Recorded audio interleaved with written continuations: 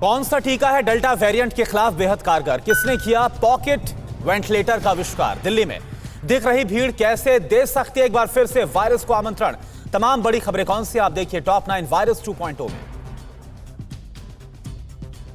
Corona का delta plus variant देश में मार्च से ही मौजूद है। इस बात की जानकारी देते हुए सरकार की ओर से कहा गया है कि डेल्टा प्लस वेरिएंट अभी चिंताजनक नहीं है, लेकिन हमें इस पर नजर रखनी होगी। नीति आयोग के सदस्य डॉक्टर वी.के. पॉल ने कहा कि कोरोना वायरस का नया वेरिएंट 2020 के मुकाबले ज्यादा चालाक हो गया है। अमेरिका में कोरोना से मौत का आंकड़ा 6 लाख को पार कर गया है। खास बात यह है कि मौत की संख्या 5 लाख से 6 लाख पहुंचने में 113 दिन का वक्त लगा और इसकी सबसे बड़ी वजह रही देश में बड़े पैमाने पर वैक्सीनेशन। जबकि मौत के आंकड़े को 4 से 5 लाख तक पहुंचने में सिर्फ 35 दिन लगे थे, लेकिन इसके बाद अमेरिका में काफी लोगों को वैक्सीन लगी, जिससे मौत की रफ्तार कम हुई। ब्लैक फंगस के तमाम केस के बाद इंदौर में अब ग्रीन फंगस के मरीज की पुष्टि हुई है।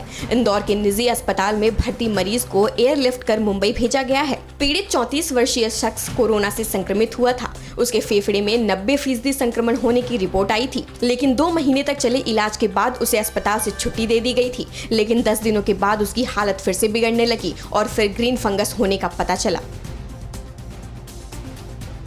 फाइजर और एस्ट्राजेनेका के टीके डेल्टा वेरिएंट के खिलाफ संरक्षण देने में काफी कारगर हैं, लेकिन वैक्सीन की 2 डोज डेल्टा वेरिएंट के खिलाफ अधिक सुरक्षा प्रदान करती है और इसके संक्रमण के बाद भी अस्पताल में भर्ती होने की नौबत बहुत कम आती है। नई स्टडी में इस बात की जानकारी सामने आई है। कोरोना भीषण संकट लेकर आया है, तो इससे मुकाबले के लिए इंसान तमाम नई चीजें इजाद भी कर रहा है। कोलकाता के वैज्ञानिक रामेंद्र लाल मुखर्जी ने पॉकेट वेंटिलेटर तैयार कर दिया है। बताया गया है कि ये कोरोना पेशेंट के लिए काफी मददगार है। भोपाल के नजदीक बैरसिया में वैक्सीनेशन की गति को बढ़ाने के लिए स्थानीय बीजेपी विधायक ने लकी ड्रॉ शुरू किया है।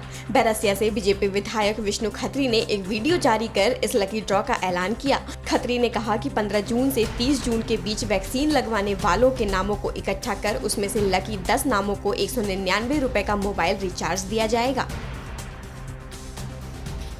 दिल्ली में कोरोना के केस काफी कम हो गए हैं। राहत की बात यह है कि सरकार ने लॉकडाउन से भी आजादी दे दी है, लेकिन लोगों की लापरवाही दिल्ली को फिर से परेशान कर सकती है।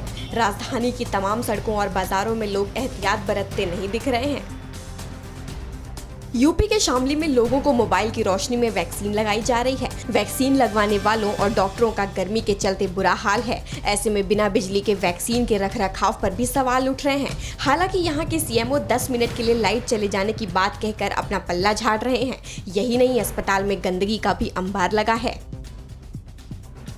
कोरोना संक्रमण की वजह से बंद पड़े एएसआई के सभी मेमोरियल साइट आज से खोल दिए गए हैं। ऐसे में लोग एक बार फिर से देश भर में फैले 3693 स्मारकों और 50 म्यूजियम का दीदार कर सकेंगे। ताजमहल समेत देश भर के स्मारकों पर करीब 2 महीने से ताला लगा था। हालांकि इन स्मारकों पर पहुंचने वाले देसी विदेशी टूरिस्टों के लिए कोविड से जुड़े गाइडलाइन को फॉलो करना जरूरी होगा। अड़ी सोमवार से शुक्रवार शाम 6 बजे सिर्फ TV9 भारतवर्ष पर।